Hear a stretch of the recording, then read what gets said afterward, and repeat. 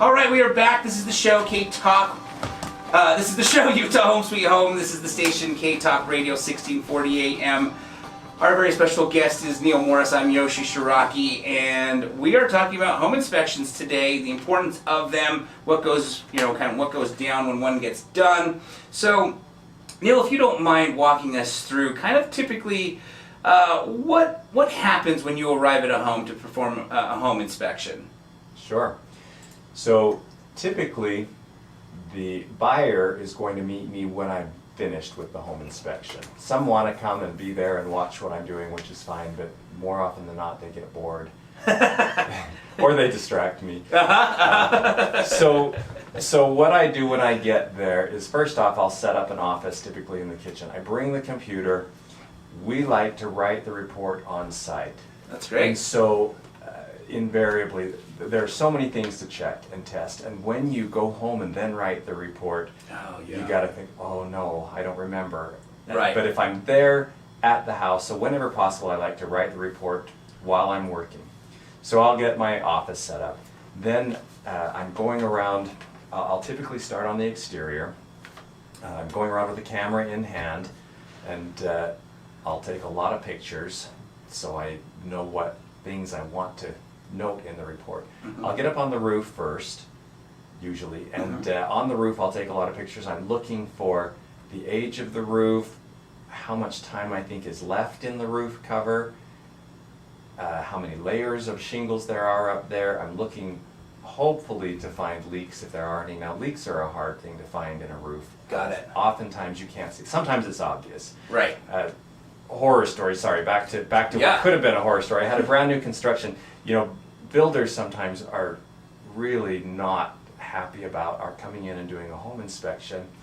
And maybe they've had bad experiences, I don't know. My take on it is, if you're buying a brand new house that has just been built, you've got all these different subs who have come in to do the work, and a builder, no matter how good the builder is, it's possible to miss things or not notice things. So I had a builder who was actually quite hostile and really didn't even want to let me do the inspection. At the end of the day, when I was up on the roof, it was a fancy architectural roof. There was an entire section that you couldn't see from the ground that had been completely skipped. Oh man. Bare wood, just not even, Wow. Nobody knew it hadn't been finished. So obviously things like that we're looking for on the roof, and whenever we can get actually on the roof, then we're going to do it. Now, wintertime, a little bit harder. As a matter of fact, sadly, we had a buyer just 2 or 3 weeks ago who had major water damage in their kitchen ceiling. We'd done the inspection, unfortunately, during winter, and there were about 5 inches of snow on the roof. You couldn't get up there, you couldn't see anything, and all we can do is say, look, the best you can do is ask the seller in this case. But anyways, most of the time, even in winter, most of the time, we're able to get on the roof. And so that's really telling, and there usually are going to be things we find, not necessarily scary things, sometimes yes, but just maintenance things to make people aware of. Got it. Roofs just really get neglected. Right. Because we don't go on the roof very often. Sure. Looking at the rain gutters, coming around the house, looking at the siding, whatever the material is, looking for anything that needs to be fixed, any breaches where water or pests are going to enter the house. Oh, sure. Looking for signs of settling. We, like I mentioned earlier, we do, when I say we, there's Brent and me with the Sandy Win Home Inspection franchise. We also have Mark in Kaysville who has the Win Home Inspection franchise too. Got it. So we'll go around the foundation. We're looking for cracks. A lot of people get paranoid about cracks, and some cracking is normal, and especially with older houses, and we'll explain that. We'll look for signs of settling, which also is quite common on older houses, and we'll talk through that in the report and with the seller buyer face to face. Right.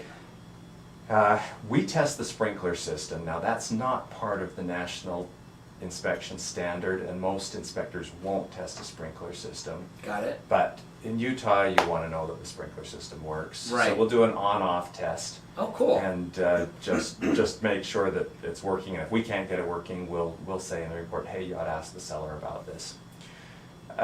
Then we'll get into if there's a garage, whether it's attached or detached. We'll check it out structurally. We'll look at if it has electrical. We'll look at the door opener and the mechanics there, the fire safety between the garage and the house. Then we're going to go through the house. Typically we'll start at the top, we'll go in the attic.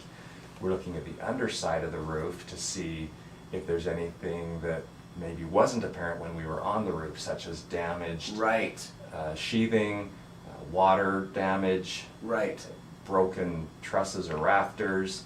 Of course, we want to make sure there's plenty of insulation up there.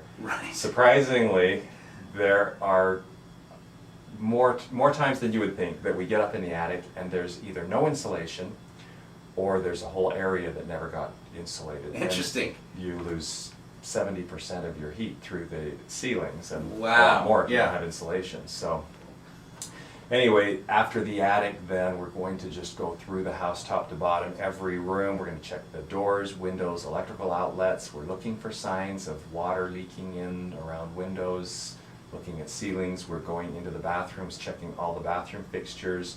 We run the water for a long time during the course of the home inspection. Oh, that makes sense.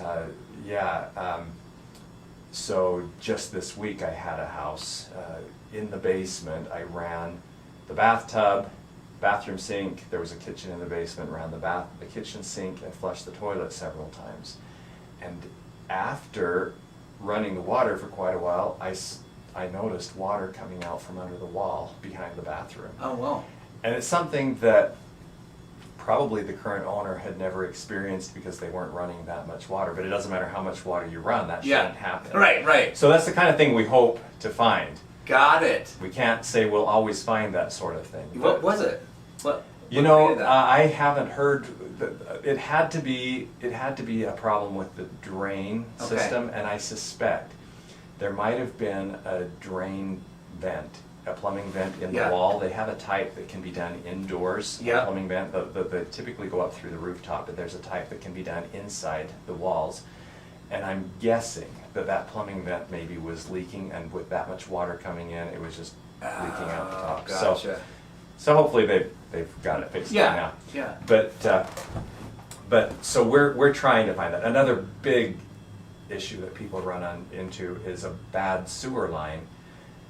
When the house is sitting vacant and you run a little bit of water, it's hard to get enough water through there to notice a problem. Or if maybe a single person was living in the house and not using as much water, and then a whole family moves in and they're running a lot of water, flushing a lot of things, and suddenly that sewer line that they didn't realize had some problems starts backing up.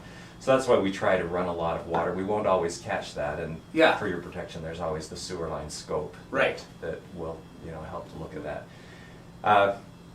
We're checking the HVAC, so running the furnace. We'll let the furnace run for a while, looking to make sure we've got airflow everywhere in the house. We do a carbon monoxide test to make sure that your furnace isn't putting carbon monoxide into the breathing air. We're also doing a carbon monoxide test at the furnace equipment to make sure that it's not leaking there through the exhaust system. Checking the water heater, we're noting the date. Water heaters are famous for failure, and so we want to let you know how old your water heater is, so you've got an idea of what you can expect. Looking for, we have a lot of houses with basements in Utah, and if you have a house with a basement, eventually it's going to leak somewhere.